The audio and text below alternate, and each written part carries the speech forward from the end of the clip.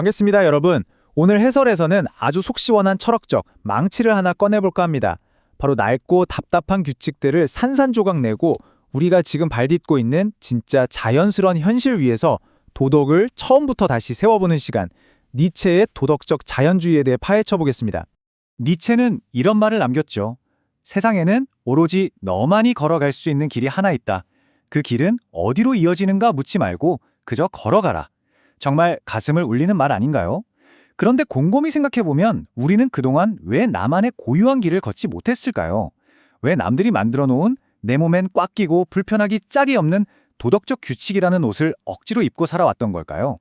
과거의 전통적인 철학자들을 보면 도덕의 규칙을 마치 저 높고 빛나는 밤하늘에서 뚝 떨어진 절대적이고 엄격한 사용설명서처럼 여겼습니다. 칸트 같은 학자가 대표적이죠. 하지만 니체는 완전히 달랐습니다. 우리의 시선을 저 먼 하늘에서 지금 우리가 두 발로 딛고 있는 이 현실의 대지로 확 끌어내립니다.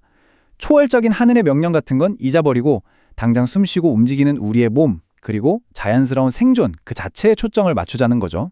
자, 그럼 본격적으로 니체의 그 유명한 망치를 휘둘러 볼까요? 이 망치는 맹목적으로 다 때려 부수자는 게 아닙니다.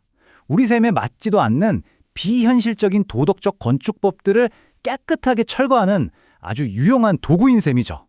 우리가 맹신해온 이 전통적 도덕이란 거 사실 뜯어보면 결함추성인 아주 무거운 설명서와 같습니다. 도대체 왜 지켜야 하는지 실질적인 이유도 안 알려주면서 그저 무조건적인 복종만을 강요하잖아요. 맛있는 걸 먹고 싶고 기뻐하거나 때론 분노하기도 하는 인간의 지극히 자연스러운 본능을 억누르기만 합니다. 게다가 말 안 들으면 죽어서 지옥 간다는 식으로 증명할 수도 없는 사후세계를 들먹이며 사람들을 통제하죠. 인간의 본성 자체를 부정해야만 겨우 지킬 수 있는 정말 말도 안 되는 규칙들인 겁니다. 이렇게 우리를 올가매던 낡고 딱딱한 규칙들을 시원하게 부숴버렸으니 이제 하늘에서 내려와 땅에 단단한 새 기초를 다져야 할 때입니다. 우리의 자연스러운 본성, 그 뿌리를 온전히 깨어나 보는 거죠. 여기서 여러분이 꼭 기억하셔야 할 핵심 개념이 등장합니다. 바로 도덕적 자연주의입니다. 쉽게 말해서 도덕은 결코 하늘에서 내려온 신비로운 법칙이 아니라는 뜻입니다. 오히려 우리가 생존하고 육체적인 삶의 활력을 팍팍 높이기 위해 우리 스스로 만들어낸 아주 실용적인 도구에 불과하다는 거죠. 규칙이라는 건 우리의 생존을 돕고 우리를 더 튼튼하게 만들어야지 우리를 병들고 약하게 만들면 안 되는 거니까요. 그렇다면 여기서 아주 자연스러운 질문이 하나 떠오르실 겁니다. 좋아, 규칙이 하늘에서 뚝 떨어진 게 아니라면 대체 언제, 어떻게 만들어진 건데? 도덕이 어떻게 일종의 사회적 충격 흡수 장치로 탄생했는지 한번 살펴볼까요? 도덕이 생겨난 과정을 우리가 매일 지키는 교통규칙에 비유하면 이해가 아주 쉽습니다. 아주 먼 옛날 다듬어지지 않은 거친 개인들이 옹기종기 모여 살기 시작했어요. 그러다 보면 당연히 서로 부딪히고 싸우고 다치는 사회적 교통사고가 나지 않겠습니까? 엄청 피곤하고 불쾌해지는 거죠. 그래서 사람들은 야, 우리 서로 선은 넘지 말자 하면서 충돌을 피할 규칙을 만들어냅니다. 그리고 이 규칙을 오랜 시간 반복하다 보니 어느새 내면화가 되어서 우리가 지금 아는 예의 바른 인격체로 성장하게 된 겁니다. 결론적으로 말하자면 우리가 여태껏 목숨 걸고 지키려 했던 도덕은 무슨 영원불멸의 진리가 아니라는 겁니다. 단지 언제 나를 해칠지 모르는 거친 타인에 대한 공포심을 줄이고 우리 공동체가 무사히 굴러가게 만들려고 고안된 실용적이고 상대적인 도구일 뿐이죠. 이게 무슨 뜻이냐고요? 우리가 도로 상황이 변하면 교통규칙을 업데이트하듯이 이 도덕 역시 우리의 현실과 필요에 따라 얼마든지 바뀔 수 있다는 놀라운 사실입니다.